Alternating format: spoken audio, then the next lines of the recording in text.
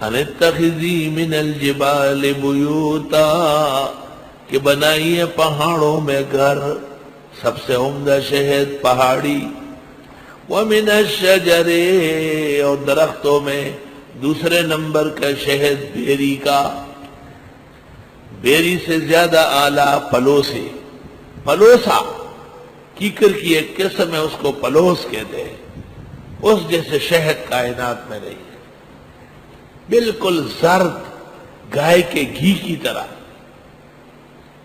خوشبو مہکتی ہے، کیونکہ پلوسا جو ہے ببول، اس سے چیڑ نکلتا ہے، چیڑ، گون طاقتور، اور اسی میں ایک شہد ڈالا جائے تو اس میں چیڑ اور گون کا بھی اثر و ذائقہ ہے۔ صوبہ سرحد میں بیری زیادہ ہے، لیکن بیری کا شہد پسند نہیں کیا جاتا، بلکہ پلوسا، اور افغانستان میں خوست کے علاقے میں 200 میل کے اندر سفید چنبیلی ہے، وہاں کا شہد ایسا صاف ستھرا ہوتا ہے جیسے مکئی کا آٹا۔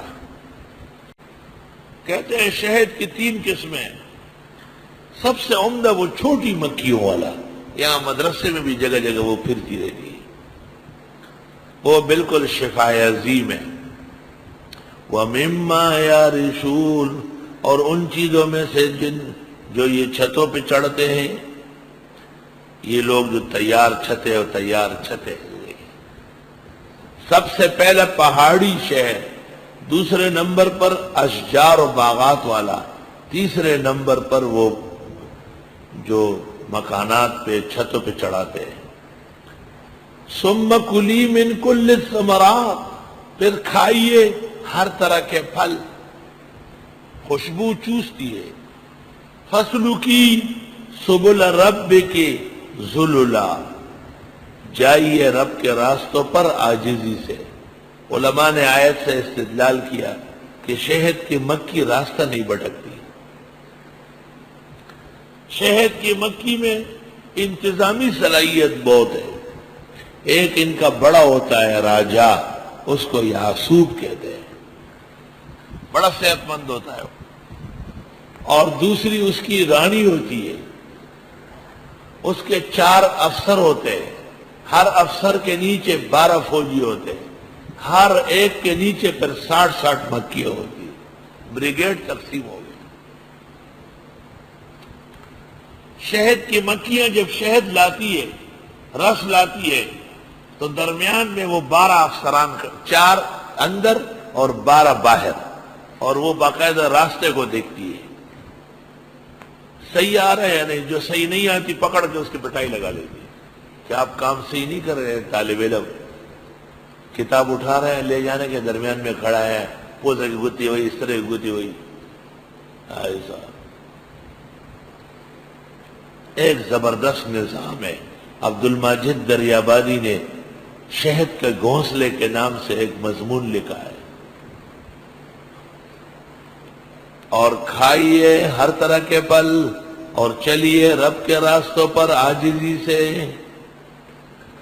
یخرج من بطونہا شراب، نکلے گا ان کے پیٹوں سے ملونی، شراب مانا ملونی، مختلف الوانہ، علیحدہ علیحدہ رنگ اس کے، کہیں کا سفید، کہیں کا کالا، کہیں کا سرخ۔ پنجاب میں اور سندھ میں گنے کی فصل زیادہ ہے، تو یہاں کا شہد عموماً گڑ کی شکل کا ہوتا ہے، نامناسب اور بہت ہی بے قیمت سا ہے، سب سے اعلیٰ اور عمدہ افغانستان کا ہے۔ پھر صوبہ سرحد، اور سرحد میں بھی جہانگیرہ اور خیر آباد سنٹرل ہے، شہر مراکز کہلاتے ہیں۔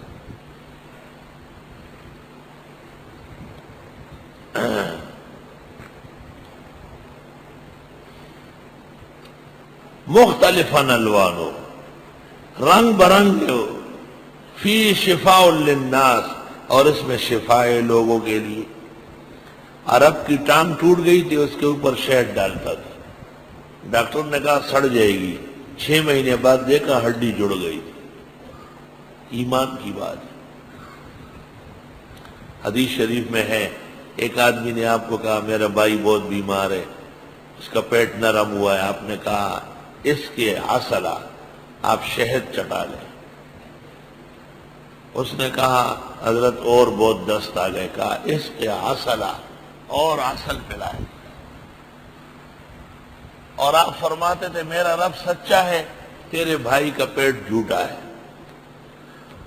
3-4 مرتبہ چٹانے کے بعد بالکل آرام آیا۔ علماء لکھتے ہیں وہ پہلے جو زور لگا تھا وہ صفائی ہو رہی تھی، جھاڑو جب لگتی ہے تو بہت کچرا پھیلتا ہے، کچھ دیر بعد دیکھو پورا صحن صاف ہو جائے گا، پورا کمرہ چمک جائے گا۔ فی شفاء للناس۔ کہتے ہیں کہ شوگر والے بھی شہد کھا سکتے ہیں، لیکن تجربہ یہ ہے کہ شوگر بڑھتی ہے، تو کہتے ہیں الشفاء فی القلیل۔ بسم اللہ الرحمن الرحیم، دائیں ہاتھ کی شہادت کی انگلی شہد کے اوپر رکھے اور منہ میں ڈالے، فی شفاء للناس، دوسری انگلی فی شفاء للناس، تیسری انگلی فی شفاء للناس۔ یہ طریقہ ہے، آپ چمچوں سے کھاتے ہیں، یہ تو نہیں کہا تھا کہ آپ باقاعدہ سنڈے کی طرح پی لے اسے۔ الشفاء فی القلیل، شفا کہا ہے۔ گولی اتنی سی ہوتی ہے اور روٹی اور سالن اتنا سارا ہوتا ہے، دوا اتنی سی کیپسول، اتنی سی گولی ہوتی ہے۔ الشفاء فی القلیل سنگا جواب دے بس ذرا ہونے کسانا ہونے دے پیزان مڑ کی بھی اچھا گئے ہوا سی۔ ان فی ذلک لآیۃ لقوم یتفکرون، بے شک اس میں نشانیاں ہیں ان لوگوں کے لیے جو سوچتے ہو۔ واللہ خلقکم، اللہ نے تمہیں پیدا کیا، ثم یتوفاکم، پھر تمہیں فوت کرے گا، ومنکم من یرد الی ارذل العمر، اور تم میں بعض لٹائے جاتے ہیں رذیل عمر کی طرف۔ رذیل عمر کس کو کہتے ہیں؟ لِكَيْ لَا يَعْلَمَ بَعْدَ عِلْمٍ شَيْئًا، تاکہ نہ جاننے کے بعد کچھ بھی، علم بھول جاتا ہے۔ بعض بزرگان دین بہت بڑی عمر کے ہو جاتے ہیں، بھول بھلکڑ جاتے ہیں، علماء دین فرماتے ہیں اس کو نہیں کہتے ہیں ارذل العمر، جبکہ ان کی عبادت محفوظ ہے اور اللہ کے دین میں زندگی گزاری۔ بعض علماء کہتے ہیں کہ بعض وہ ہیں جو لٹائے جاتے ہیں الی ارذل العمر، رذیل عمر کی طرف۔ لِكَيْ لَا يَعْلَمَ بَعْدَ عِلْمٍ شَيْئًا، کہ نہ جاننے کے بعد کچھ بھی۔ ان اللہ علیم قدیر، بے شک اللہ جاننے والے قدرت والے ہیں۔